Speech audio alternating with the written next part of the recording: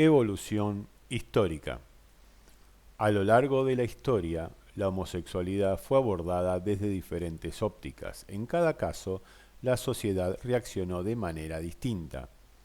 Los ciguanos, en el norte de África, por ejemplo, consideraban raros a los que no se ocupaban de las relaciones homosexuales, mientras que los Rukwala Benous de la península árabe condenaban con la muerte a los que tenían prácticas homosexuales. Estos son algunos ejemplos de cómo cada cultura entendía la homosexualidad. Comprender el proceso histórico nos permitirá analizar la conducta homosexual y la respuesta de cada sociedad ante la práctica homosexual. 1. En la antigüedad, los persas atribuyeron la homosexualidad a la forma en que los jóvenes se masturbaban, si tomaban el pene firmemente o no. En Grecia, el ideal de belleza no era la mujer, sino el hombre, joven y atlético. Sus mismos dioses, Zeus, Hércules, Poseidón y Aquiles, se vieron implicados en episodios homosexuales. Los desfiles de modelos eran masculinos. Se consideraba normal que cualquier hombre, aparte de tener su esposa e hijos, tuviera su amante masculino que, con frecuencia, vivía en la misma casa que la familia.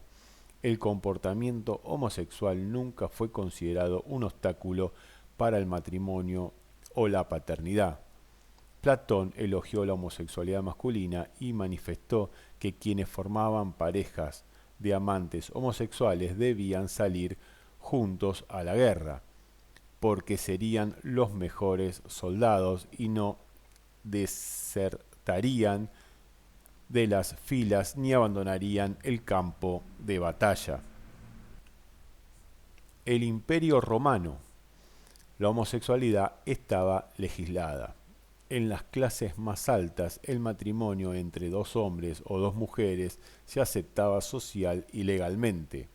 Nerón fue el primer emperador romano que se casó con otro hombre y lo hizo en 3 ocasiones.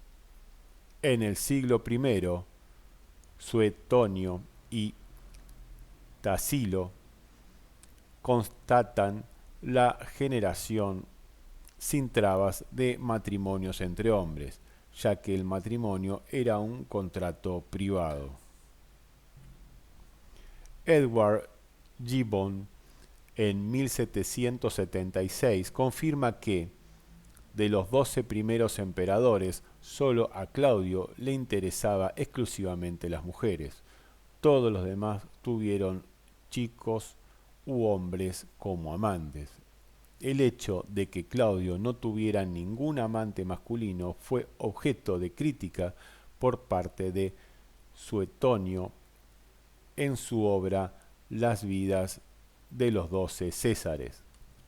La sociedad romana era muy machista y rechazaba cualquier actividad de la mujer fuera del papel de esposa y madre. Así que entiende que Ovidio llegaba a negar la posibilidad de que existieran las relaciones lesbianas. La sociedad era muy hostil hacia la práctica lésbica. Se menciona el asesinato de una mujer a manos de su marido por haberla encontrado en brazos de otra mujer. Para la sociedad de entonces, este tipo de comportamiento era una verdadera aberración. 2. Desde Constantino hasta la Edad Media. Este período se extiende desde el año 313, cuando Constantino transformó al cristianismo en religión oficial del Estado, hasta el inicio de la Edad Media. En el año 313 se implantaron como leyes las normas religiosas y los principios sostenidos por los cristianos.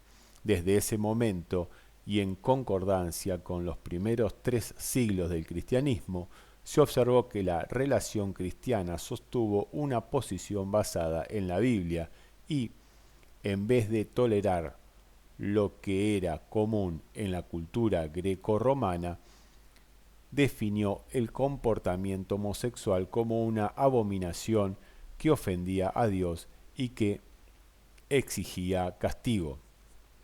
A raíz de la unión entre el Estado y la Iglesia, se desdibujó todo límite entre lo público y lo privado. No se hizo diferencia entre pecado, imperfección y el delito, infracción. Los homosexuales eran pecadores, pero también delincuentes, y se castigaban duramente. Los emperadores romanos, Teodosio y Justiniano, aprobaron leyes que condenaron a los homosexuales. El Código de Justiniano, que rigió durante casi 1000 años en el Imperio bizantino, fue intolerable en grado extremo. Declaró que los homosexuales debían ser castigados quemándolos atados a un poste o enterrándolos vivos, actos precedidos por la tortura y la mutilación. 3. Durante la Edad Media, la religión fue la fuerza social dominante. Los homosexuales eran considerados como pecadores poseídos por el demonio o algún espíritu maligno. La liberación debía buscarse por medio de la oración y el arrepentimiento. Este período se caracterizó por una fuerte asociación entre la brujería y el sexo.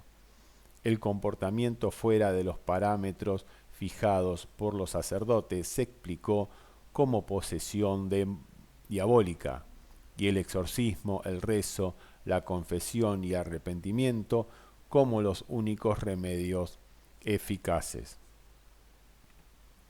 La Iglesia, mediante tribunales eclesiásticos especiales, podía salvar a los pervertidos de la condena eterna. Los grados de penitencia se establecieron en los llamados libros penitenciales, en los que se condenaban no solo los actos, sino los pensamientos pecaminosos. Los desviados debían vestirse con una sábana blanca y aparecer descalzos y rapados en la puerta de la iglesia. Tenían que llevar una vela pesada y desfilar frente a la congregación, donde hacían una confesión pública. Finalmente, después de varias semanas o hasta años, cuando los términos de su penitencia estuvieran cumplidos, les daban un certificado escrito. Los culpables que se negaban a confesar sus pecados al tribunal o dejaban de hacer la penitencia prescripta eran excomulgados.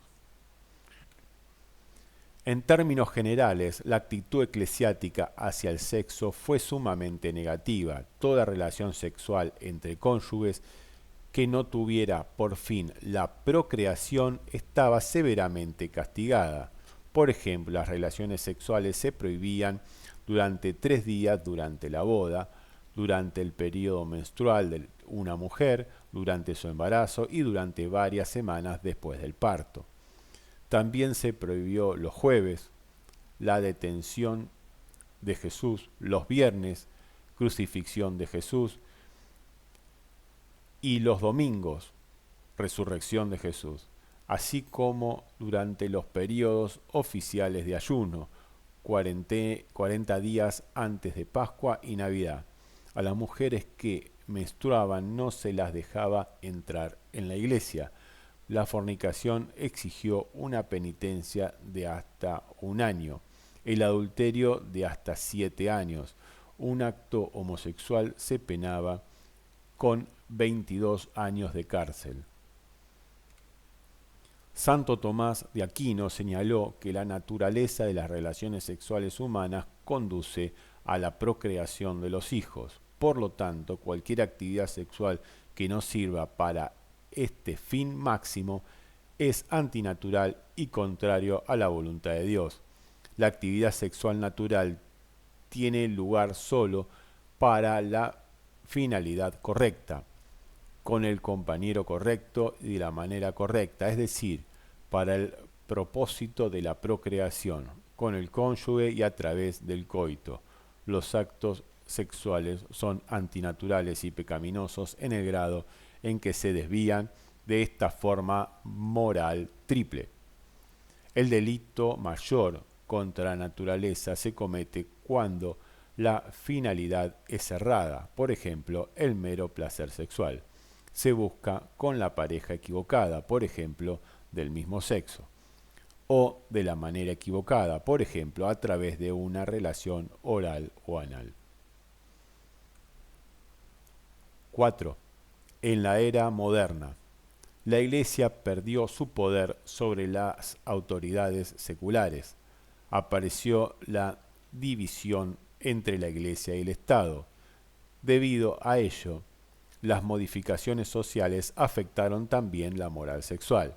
En el caso de la homosexualidad pasó a ser un pecado a considerarse un delito. Los homosexuales eran vistos como delincuentes. Debían ser disciplinados mediante el castigo, es decir, la corrección punitiva o cárcel y la rehabilitación. 5. Durante los siglos XIX y XX, el médico Magnus Hirschfeld fundó en 1897 la primera organización de los derechos de los homosexuales. Este grupo luchó por la reforma de las leyes que se habían mantenido por muchos siglos. La fuerza de la ciencia se hizo cada vez más preponderante. Se la consideró como la autoridad máxima. Con el avance de la medicina, la homosexualidad se definió como un problema médico. Los homosexuales eran enfermos cuyo comportamiento requería de un diagnóstico médico y el tratamiento dado por el profesional. Aparecieron las distintas terapias. La heterosexualidad o normalidad era vista como sinónimo de salud y el retorno a la heterosexualidad equivalía a una curación. Evolución dentro de la ciencia médica. Anomalía congénita o defecto físico. Esto fue postulado a mediados del siglo XIX por el psiquiatra Morel, quien comenzó a trabajar el concepto de degeneración como aplicación de la locura.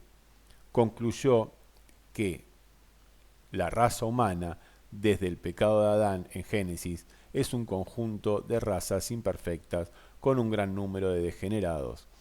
Estos degenerados sufren perversión sexual hereditarias y están destinados a extinguirse.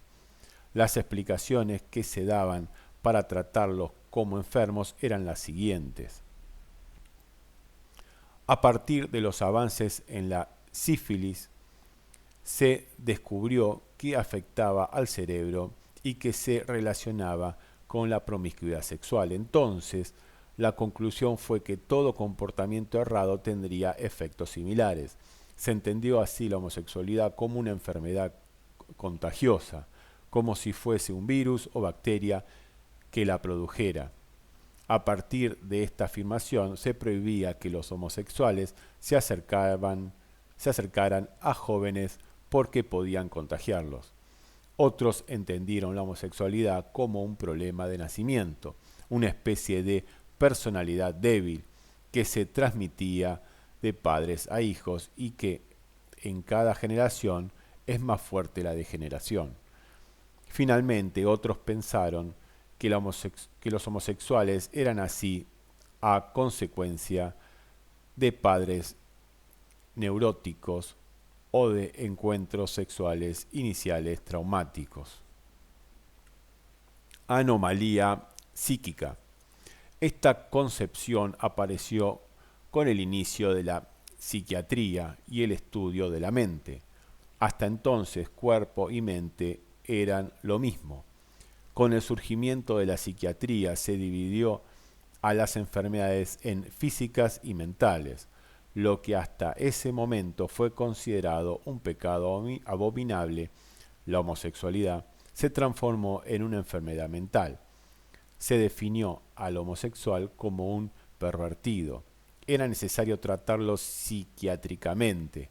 El pensamiento antiguo de que perdía su alma fue sustituido por el de perdió el juicio o la razón. Hasta 1973, para todos los psiquiatras de homosexualidad, era una enfermedad. Variante sexual normal. A partir del año 1973, bajo la presión creciente de los grupos gays, se decidió suprimir la homosexualidad de todos los libros de trastornos mentales y pasó a ser una variante sexual o una elección de vida. Con este nuevo avance retornamos a la concepción bíblica respecto del tema, en la que relaciona la práctica de la homosexualidad con la voluntad. Una persona adopta un comportamiento homosexual porque decide hacerlo.